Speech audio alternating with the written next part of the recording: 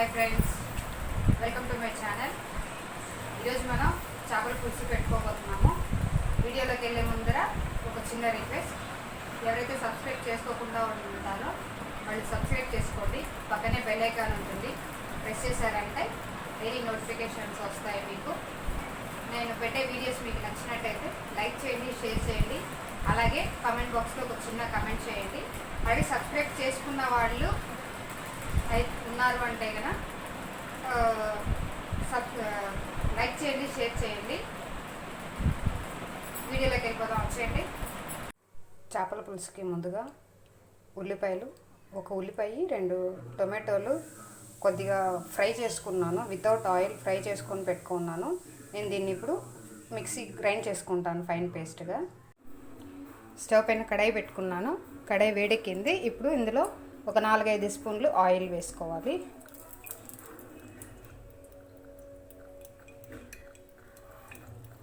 Oil కొద్దిగా ఎక్కువగానే పడుతుంది.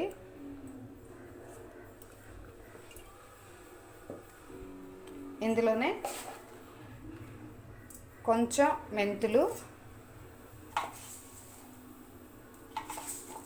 అలాగే కొద్దిగా ఆవాలు, చిన్న ఉల్లిపాయలు ఇవి పిరికెడు వేసుకుంటే సరిపోతాయి.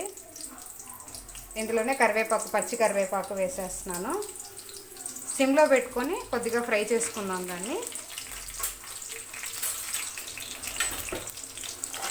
కొద్దిగా ఫ్రై చేసుకొని కొంచెం కలర్ చేంజ్ అయితే సరిపోతుంది మనకి.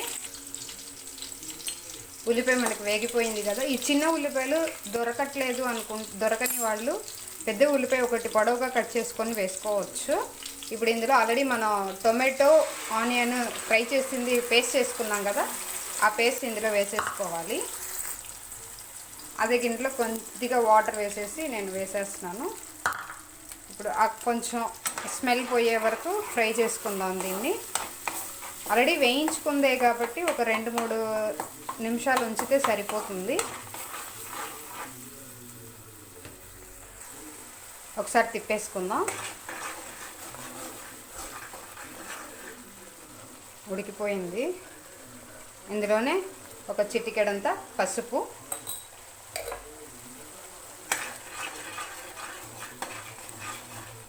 బాగా కలిపేసుకొని ఇప్పుడు ఇందులోనే ఒక 1/2 స్పూను అల్లం చిన్నులపాయ పేస్ట్ వేసి ఒకసారి తిప్పేసుకుందాం. అల్లం చిన్నులపాయ పేస్ట్ కొద్దిగా పచ్చివాసన పోయే వరకు ఫ్రై చేసుకుందాం దాన్ని.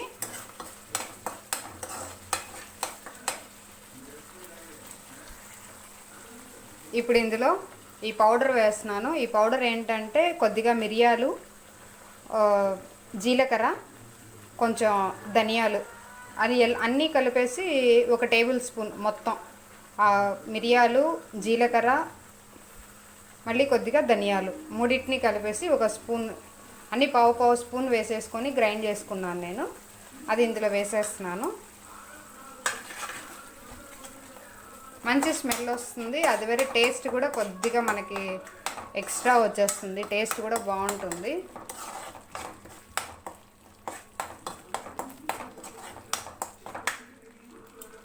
ఇప్పుడు ఇందులోనే చింతపండు పులుసు వేసేస్తున్నాను. ఒక నిమ్మకాయ అంత సైజుకి చింతపండు తీసుకున్నాను నేను. బాగా కొద్దిగా వేడి నీళ్ళలో నానబెట్టేసి రసం పిండేసుకోవడమే. పులుపు సరిపడగా వేసుకుంటే సరిపోతుంది. పులుపు చూసుకొని వేసుకోవాలి. దీన్ని కొద్దిగా ఉడకనిచ్చేద్దాము. ఒక చిన్న పొంగు వచ్చేటప్పుడు కారపొడి అవి వేసేసుకుందాం మనం. ఇప్పుడు ఒక చిన్న పొంగు వస్తుంది కదా, ఇప్పుడు ఇందులో నేను కారపొడి వేసుకుంటాను. ఒక 2 స్పూన్లు కారం, ఇది నార్మల్ కారం, ఇది 2 స్పూన్లు వేస్తున్నాను. అలాగే మసాలా కారం 1.5 స్పూన్ వేస్తాను. ఇప్పుడు ఇందులో చింతపండు వేసుకున్నాం కదా, ఇందాక వాటర్ వేసుకోలేదు. ఒక 1 గ్లాస్ ఆఫ్ వాటర్ వేసి ఒకసారి తిప్పేసుకొని సాల్ట్ రుచికి తగ్గట్టుగా సాల్ట్ వేసుకుంటే సరిపోతుంది. ఉప్పు కారం అవన్నీ చూసుకొని వేసుకోవాలి. ఇప్పుడు ఇందులో సాల్ట్ వేసేస్తున్నాను నేను.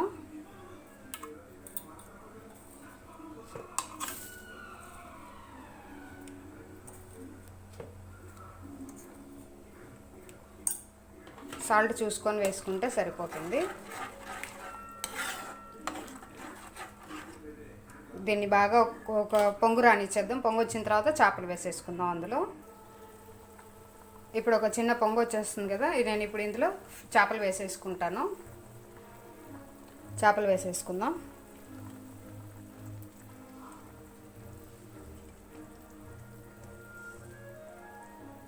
ఒకేసారి వేయకుండా ఇలాగ ఒకటొకటిగా చూసుకొని వేసుకుంటే విరిగిపోకుండా ఉంటాయి.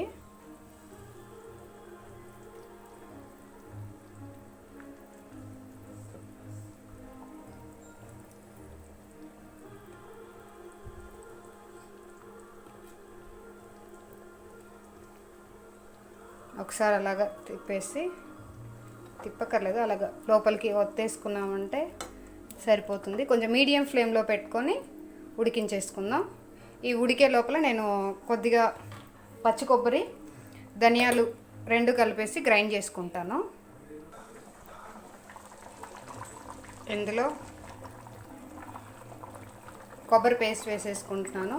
కొబ్బరి, ఒక పావు స్పూను ధనియాలు, పచ్చి ధనియాలే, వేయించలేదు. అలాగే ఒక పావు స్పూన్ గరం మసాలా. పావు స్పూన్ సరిపోతుంది గరం మసాలా, ఎక్కువ వేయక్కర్లేదు, ఘాటు ఎక్కువ అవుతుంది. చేపలు ఉడికిపోయాయి.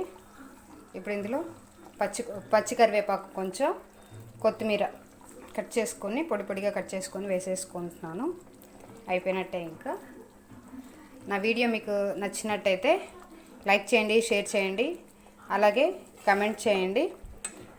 ఎవరైతే సబ్స్క్రైబ్ చేసుకోకుండా ఉండుంటారో వాళ్ళు సబ్స్క్రైబ్ చేసుకోండి. ఎందుకు చెప్తున్నానంటే చాలామంది సబ్స్క్రైబ్ చేసుకోకుండానే వీడియోస్ చూస్తున్నారు, అందుకని చెప్పి చెప్తున్నాను. మీరు సబ్స్క్రైబ్ చేసుకుని పక్కన బెల్ ఐకాన్ ప్రెస్ చేశారంటే మీకు డైలీ నోటిఫికేషన్స్ వస్తాయి. నేను పెట్టే వీడియోస్ అన్నీ మీరు నోటిఫికేషన్స్లో వస్తాయన్నమాట, అందుకని చెప్పి చెప్తున్నాను నేను. Okay, thank you.